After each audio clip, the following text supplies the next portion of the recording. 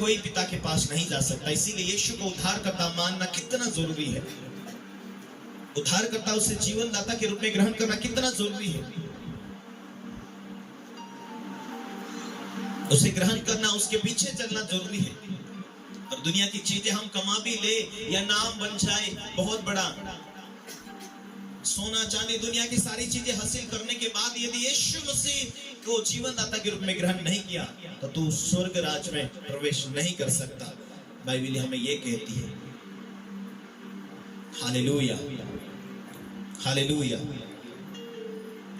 उसने उससे कहा, तू मुझसे भलाई के विषय में क्या पूछता है? भला तो एक है, परंतु यदि तू जीवन में प्रवेश करना ही चाहता तो आज्ञा को मान कर।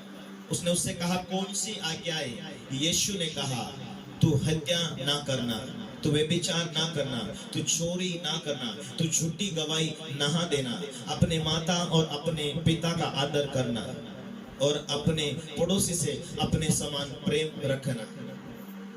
उस जवान ने उससे कहा, इन सबको तो मैंने माना है, अब मुझ में किस बात की कमी है? प्रभु यीशु मसीह आज्ञा दिया। क्या आज सारे विश्वासी में ये कानून मालूम है? यीशु मसीह के मुंह से ये शब्द उस व्यक्ति के लिए क्यों निकला? उसने कहा, तू हत्या ना करना, उसने कहा तू व्यभिचार ना करना, तू चोरी ना करना, तू झूठी गवाही ना देना और अपने माता और पिता का आदर करना और अपने पड़ोसी से अपने समान प्रेम रखना। बाइबल कहती है, जो कोई क्रोध करता वो हत्यारा है। और तुम जानते हो कि किसी हत्यारे में अनंत जीवन नहीं है। क्या क्रोध को तुमने जड़ से खत्म कर दिया? एक शारीरिक क्रोध होता है वो अलग, एक आत्मिक क्रोध होता है वो अलग। और जो यदि तुम्हारी भलाई तुम्हारे वचन के अनुसार लोगों को चलाने के लिए तुम डांटते, ये क्रोध नहीं, ये कानून है। और बाइबल ये कहती है कि हे बच्चों, हे विश्वासी, हे पास्टरों, तुम्हारा पास्टर यदि वो क्रोधी है, इतने भोलों के इतने अधीन नहीं रहो, पर जो डांटने वाला क्रोध के साथ डांटे उसके भी अधीन रहो। परमेश्वर की व्यवस्था के अनुसार यदि डांटते हैं तुम्हें, तो गालियों की नहीं, परंतु तुम्हें वचन के द्वारा डांटता है। बाइबल ये कहते हैं कि धर्मी के डांट से जीवन और बुद्धि मिलता है, लेकिन मूर्ख बुद्धि को तुच्छ जानता है, वो बुराई में फंसता है, मुसीबत में फंसता है। जो अपनी इच्छा पूरी करना चाहता है वो एक धार्मिक बातों से, संगति से वो अलग हो जाता है। Hallelujah, hallelujah, hallelujah. क्रोध परमेश्वर के राज्य का अनुकरण नहीं कर सकता है।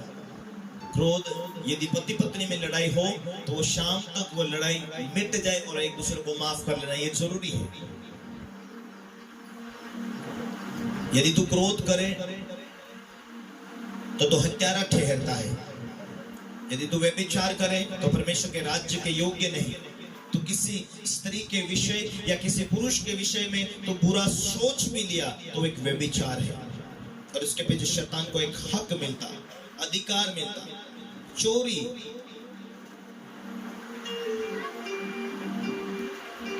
और झूठा गवाही देना और अपने माता पिता का आदर ना करना, ये एक पाप है।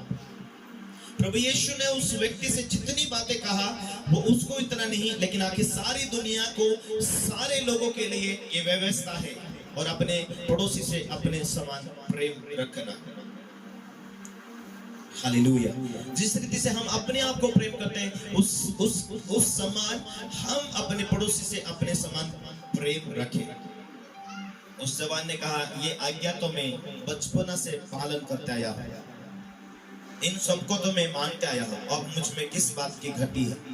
उसके जीवन में क्या आया? उसके जीवन में घमंड आई, उसके जीवन में एक क्रोध आया, उसके जीवन में क्या आया हूं, मुझ में किस बात की कमी है, किस बात की घटी है, किस बात की बाकी है?